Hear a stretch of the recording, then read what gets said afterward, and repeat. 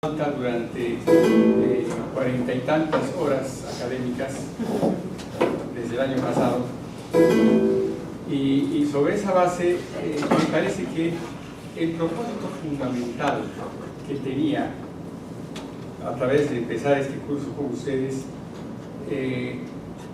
se cumple en la medida en la que pueda ver con nitidez que ustedes tienen claros algunos conceptos. Como les comenté el día de ayer y me ratifico el día de hoy, el propósito fundamental de este curso es que ustedes tengan una visión muy clara del bosque, de lo grande. Y cuando uno habla de visión estratégica del Estado, uno tiene necesariamente que incorporarse en los megaconceptos que es necesario que ustedes manejen para poder lograr los resultados que deben lograr cada uno de ustedes en sus respectivos fuentes de trabajo. ¿Y esos megaconceptos cuáles son? Son los conceptos que tienen que ver en primer lugar con valor público, ¿no? ¿Cómo generar valor público? ¿Qué es el valor público? ¿Cómo alcanzo el valor público? Ese concepto tan importante y tan reacio al conocimiento de la gran mayoría de los funcionarios públicos, ¿no? Que la mayoría de los nuestros no sabe lo que es verdaderamente un valor público. Entonces, hemos avanzado y hemos dicho, bueno, valor público tiene que ver con el cumplimiento de tres condicionantes fundamentales, que son la dimensión sustantiva, la dimensión política y la dimensión operativa. Solo en la medida que se logren los tres elementos es en la medida en que ustedes van a lograr valor público.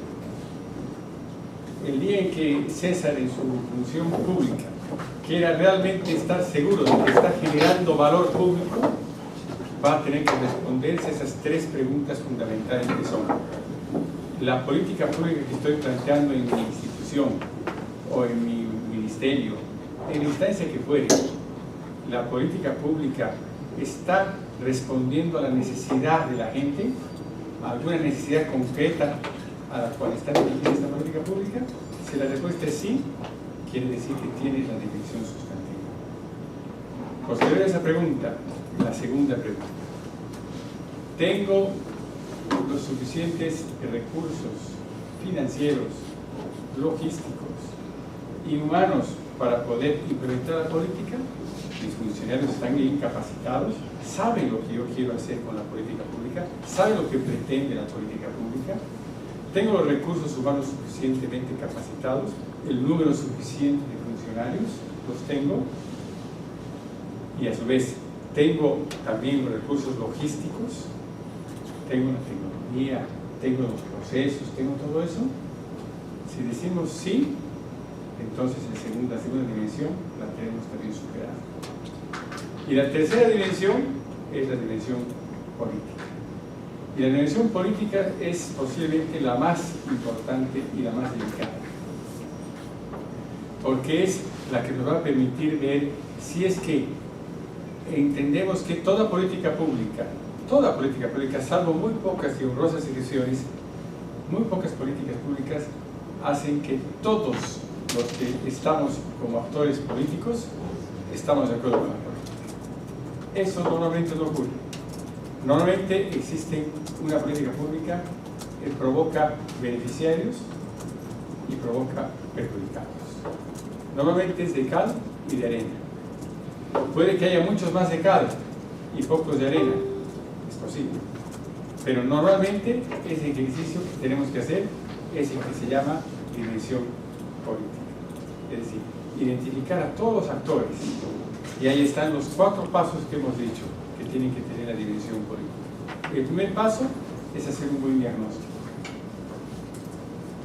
En el momento que hacemos un buen diagnóstico, ya tendremos los elementos para poder nosotros dar el segundo paso, que es elaborar el mapa político. El mapa político es la relación simple y llana de identificar todos los actores que tienen que ver con la política. Dentro del sector público, dentro del sector privado, dentro de la sociedad civil, pero hacerlo con un nivel de precisión no general, hacerlo con un nivel de precisión que realmente nos permita ver que dentro de ese sector público, dentro de ese sector privado, dentro de esa sociedad civil, van a existir siempre actores que están a favor o que están en contra. Nunca una política pública puede decir que va a ser favorable, todo el sector público está de acuerdo, todo el sector privado está de acuerdo. No, identifiquemos. Y hemos visto casos y hemos visto ejemplos de lo que ustedes han presentado de manera muy clara, en los cuales la propia población civil no está de acuerdo y otra parte sí está de acuerdo, ¿verdad? ¿Por qué? En función a los intereses. Y cuando estamos elaborando esa dimensión política, tenemos que utilizar la palabra intereses en función precisamente a los intereses que me provoca y que me toca abordar cuando están planteando una política pública. Si yo tengo un interés económico, de pronto no me interesa esa política pública por lo que está planteando. Entonces tengo que identificar a ese actor político qué intereses tiene para, con base en eso, desarrollarle una estrategia, ¿verdad?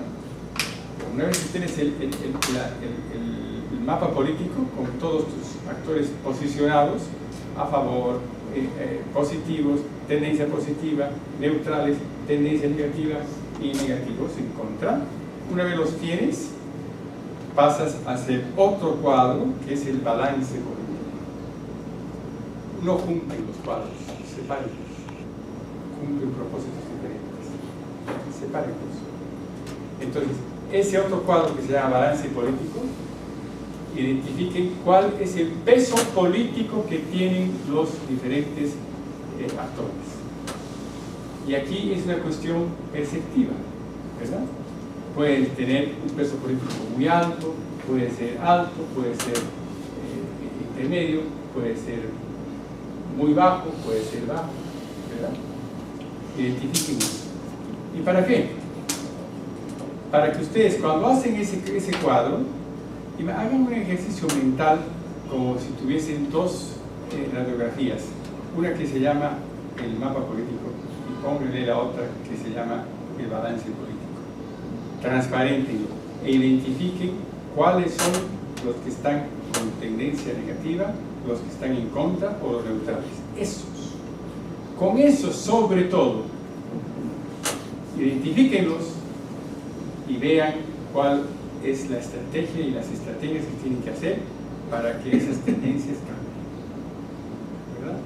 Y en ese ejercicio que hacen de mental, de hacer una posición de un cuadro y del otro, identifiquen sobre todo los que tienen peso político alto o muy alto y están en contra o con tendencia negativa o neutrales. Ahí está la esencia que tienen que trabajar en estrategias. Que trabajen estrategias con positivos, que trabajen estrategias con actores con tendencia positiva, neutrales, está bien, es importante. Pero donde tienen que ustedes concentrarse de una manera pero realmente muy consistente, muy coherente, es en aquellos actores políticos que son de peso político alto o muy alto, esos actores políticos, y que están en contra o con tendencia negativa o neutrales. A esos tienen que darles, necesariamente tienen que dar a ustedes una estrategia. Porque normalmente cuando tienen un ejercicio de mapa político con 20, 30 actores, uno dice, bueno, pues me voy a perder en cualquier cantidad de estrategias. Está bien, correcto, pónganlas, pero prioricen la que les estoy diciendo. Y preocúpense, si es que ustedes ven en sus balances respectivos, en su mapa político en primer lugar, preocúpense si no ven negativos. Normalmente hay. Lo que está pasando es que no están haciendo el ejercicio lo suficientemente profundo como para identificar cuáles son los actores en contra. Y esa suele ser la trampa en la que cae normalmente la autoridad y el gestor público.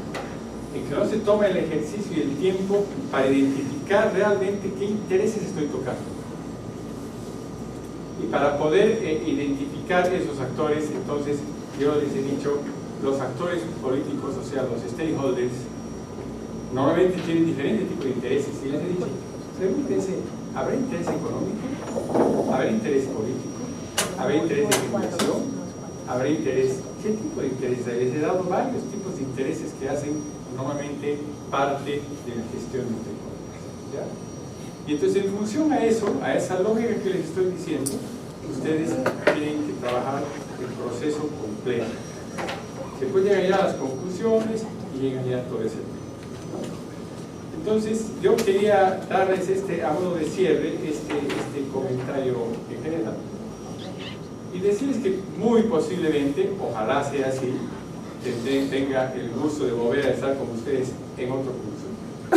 Pero quiero simplemente decirles que el ejercicio en el que he estado con ustedes, sé que es el rol menos agradable a veces, cuando yo los comienzo a pinchar acá y a decirles una cosa y la otra, yo sé que es incómodo, estar aquí con un tipo al frente que te comienza a cuestionar es incómodo.